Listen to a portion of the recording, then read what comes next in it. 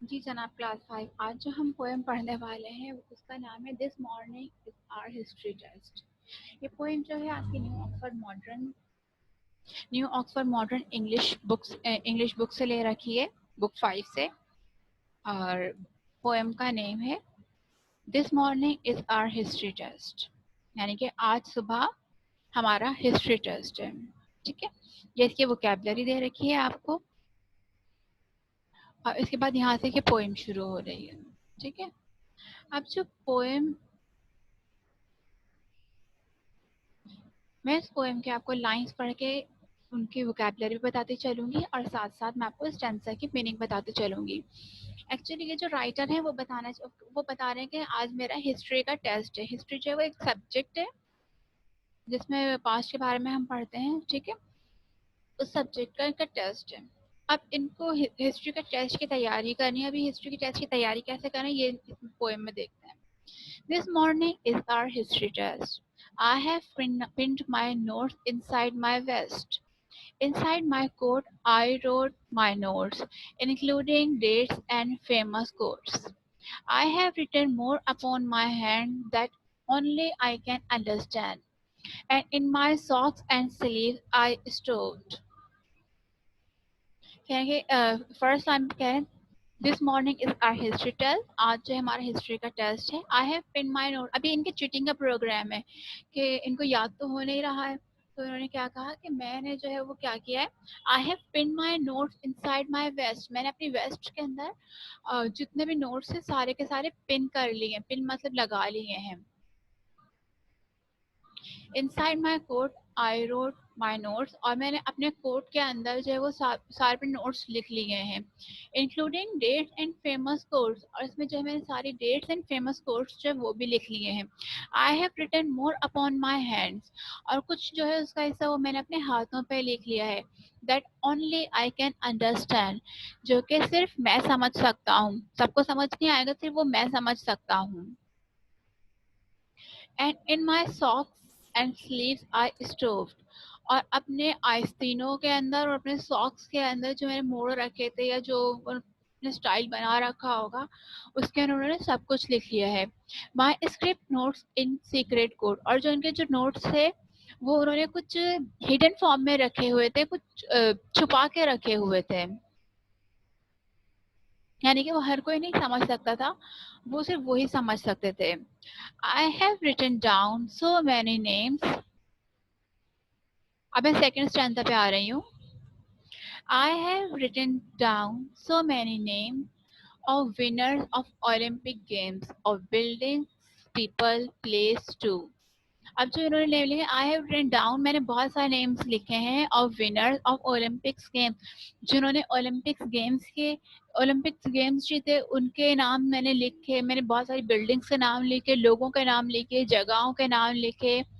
From टेनेसीज and टिम्बोको, टेनेसीज और टिम्बोको जगहों के नाम है। ठीक है, प्लेसेस नेम है कि मैंने टेनेसीज से लेके तिम्बोको तक के जो है वो सारे नेम लिख डाले हैं अपने पास। I have copied down a piece of ancient Rome and ancient Greece, कि मैंने जो है वो एंशियंट रोम से एंशियंट ग्रीस तक के सब चीज़ों को जो है वो अपने पास लिख डाला है। Plus everything from Shakespeare's play to who invented mayonnaise. इन्होंने कहाँ से कहाँ तक की चीज़ें लिखी कि शेक्सपियर के ड्रामों से लेकर इन्होंने ये तक लिख लिया है कि मायोनीज किसने इन्वेंट किया था। मायोनीज जो हम अपने वो स्प्रेड लगाते हैं ना ब्रेड वगैरह पे, वो मायोनीज। अब इसका थर्ड स्टैंजा ये रहा। I came to school so well prepared. I wasn't nervous, wasn't scared. मैं स्कूल आया बहुत अच्छी तैयारी के साथ। I wasn't nervous. Was not को शॉर्ट किया हुआ है। ठीक है, I wasn't nervous, मैं नर्वस भी नहीं था और मैं डरा हुआ भी नहीं था। स्केयर्ड,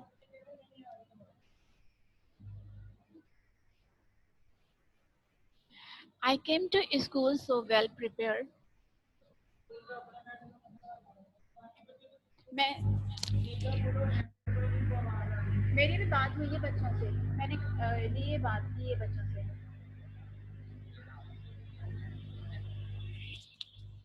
इसमें आ रही है ना, मैंने कनेक्ट किया हुआ है।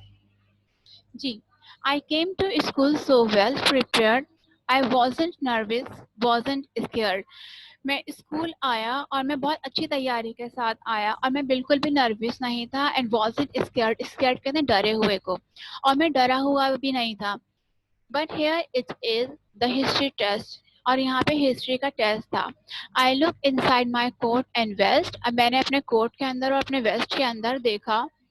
To get the dates and famous quotes, dates निकालने के लिए और कोट्स निकालने के लिए मैंने अपने जो है वो कोट में और अपने जो वेस्ट में देखा. And find I can not read my notes, और मैं अपने जो नोट्स पढ़ ही नहीं सका. जो कुछ मैं इतना कुछ लिख के लेकर आया था वो कुछ मैं पढ़ ही नहीं सका. So much from Shakespeare, Greece and Rome. Shakespeare के बारे में और ग्रीस और रोम के बारे में जो कुछ मैंने लिखा था मैं कुछ भी नहीं पढ़ सका. I left my glasses back at home. मैं अपना चश्मा जो है वो घर भूल आया था. बेचारे ने इतनी तैयारी की, इतनी चीटिंग का मटेरियल तैयार किया, और आखिरकार क्या हुआ कि वो अपना चश्मा घर भूल आए थे. वो पढ़ ही नहीं पाए कि उन्होंने क्या कुछ लिखा था. तो बेहतर ये था ना कि जितना टाइम उन्होंने चीटिंग करने के अंदर लगाया, इतना मटेरियल प्रिपेयर किया, उतने टाइम में वो कुछ लर्निंग ही कर लेते. 10 नंबर 15 नंबर कुछ नंबर तो मिल ही जाते ना. ठीक है, ये हमारी पोएम थी.